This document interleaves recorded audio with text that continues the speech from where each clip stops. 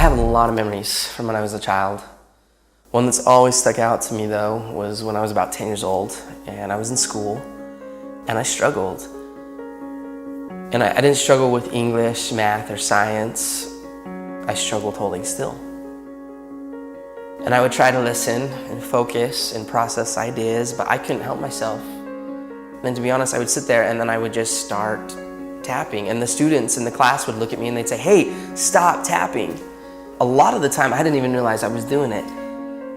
And then eventually even the teachers got after me and they would yell at me and they'd say, "Clint, you have to stop tapping." It got so bad that I got sent to the principal's office for tapping.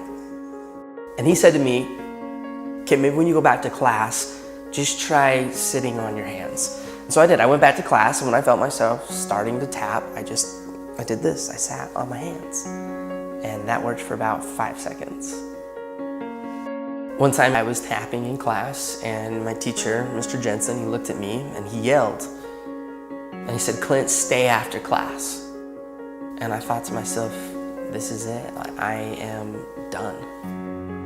Now, I've always been the type of person that believes that a single moment in time can change a person's life. And this was one of those moments for me, and I will never forget it. And so I was sitting there with Mr. Jensen and an empty classroom. And he walked past me and he sat next to his desk and he said, "Clint, come here. I want to talk to you." And as he looked me right in the eye, he said, "Now, I need you to know something. You're not in trouble. But I do have just one question that I have to ask you." And he asked, he said, "Have you ever thought about playing the drums?" And in that moment, Mr. Jensen, he leaned back and he opened the top drawer of his desk. And he reached in and he pulled out my very first pair of drumsticks.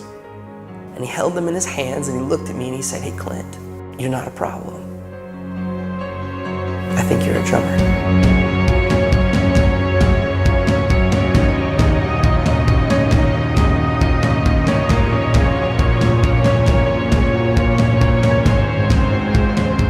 From that moment on, I've never put those sticks down. I've toured, recorded, and played drums all over the world. My whole college education was paid for with drumsticks in my hand. Just because of a single moment in time when somebody believed in me and he saw something in me that I didn't even see within myself.